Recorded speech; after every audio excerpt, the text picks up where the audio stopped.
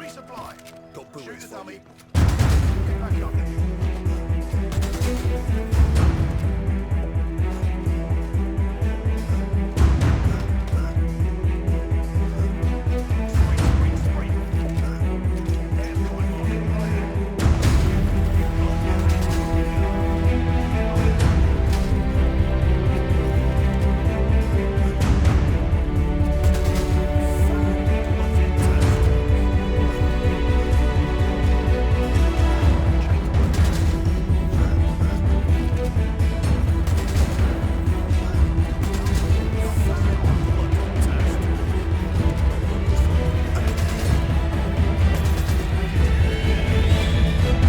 Exceptional effort.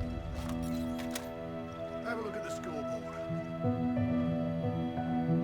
Make your way to the exit or give the course another go to improve your score.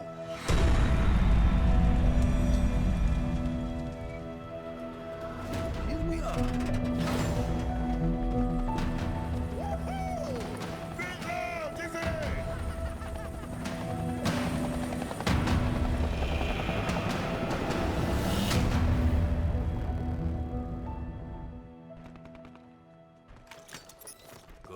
So as of recently, there's been an update to Dirty Bomb.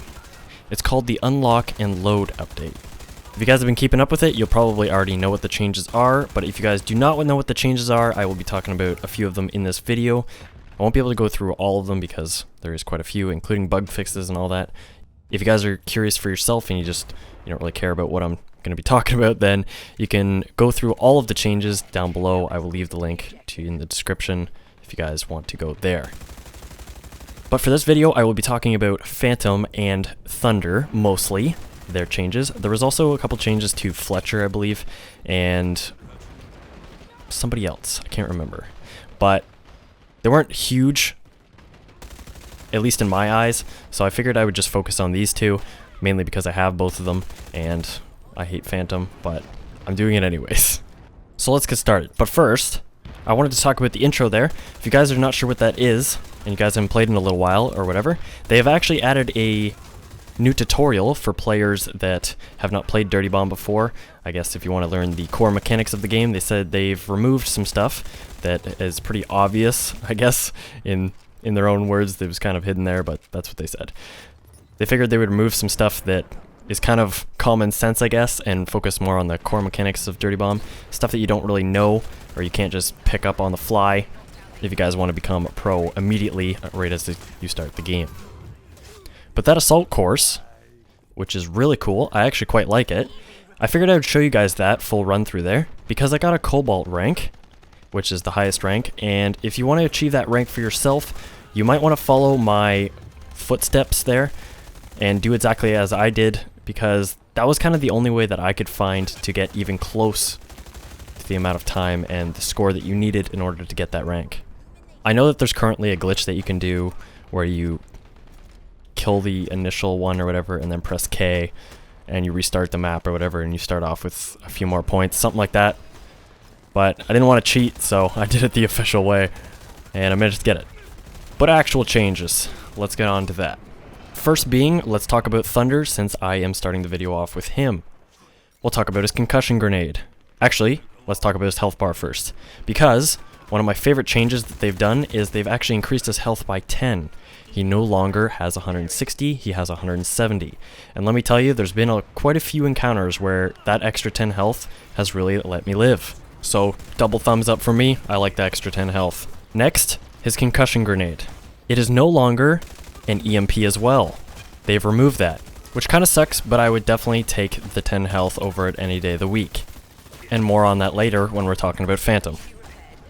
Also, when players are flashbanged by the concussion grenade, they will now actually put their arm in front of their face, in front of their eyes actually, to show that they are being blinded, like, oh my god, I just saw the sun for the first time coming out of a dungeon.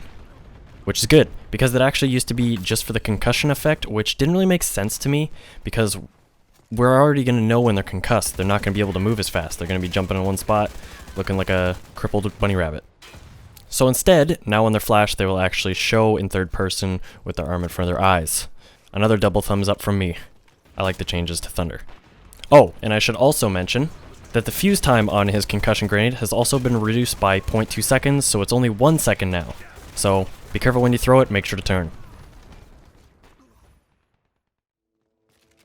Moving on to the other side of the fence, and believe me, it is a two-sided fence when it comes to Phantom. You either love him or you hate him. You ask anybody. There's no one half in the middle. And I completely understand the reasoning. He can go invisible, and he has a huge-ass sword. I guess that doesn't really count, but whatever. I do believe he's a necessary merc in this game in order to get in through those sticky situations, get to back lines, and open up an opportunity for your team to be able to push through by killing the medics or the snipers, whatever it may be. So as much as I hate him, I'm on the other side of the fence. I still understand that he is required in the game.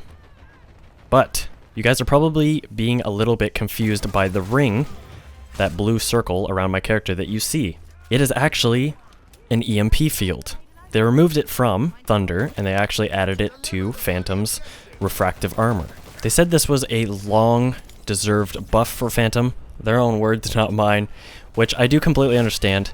They wanted to up his team utility instead of him being more of a solo stealth-focused merc. So now, instead of playing him that way, which you still can choose to play him that way, I guess if your team's doing really well, they won't really need your help all that much, and you can go off on those solo sprees if you really want. Kind of like what I'm doing here. I'm trying to just kill as many people as I can so that we can actually deliver the data cores. Which I guess, in a way, is actually helping my team, because we're holding down the point. That's what we're supposed to be doing when we're attackers. Push them back as far as we can. But like I was saying before about team utility, now, instead of just going into the back lines and trying to take out the healers or the snipers or whatever you need to do, you can also run through basically the entire fire zone if you need to use your EMP field to take out all the turrets and all that, like bushwhackers turrets, and proxy mines will not go off because once they've been EMP'd, they're going to be at least EMP'd for 5 seconds afterwards. So that's really good. And now, I know I didn't go over all of the changes in this video. I hope you guys enjoyed anyways, and I'll catch you guys in the next one.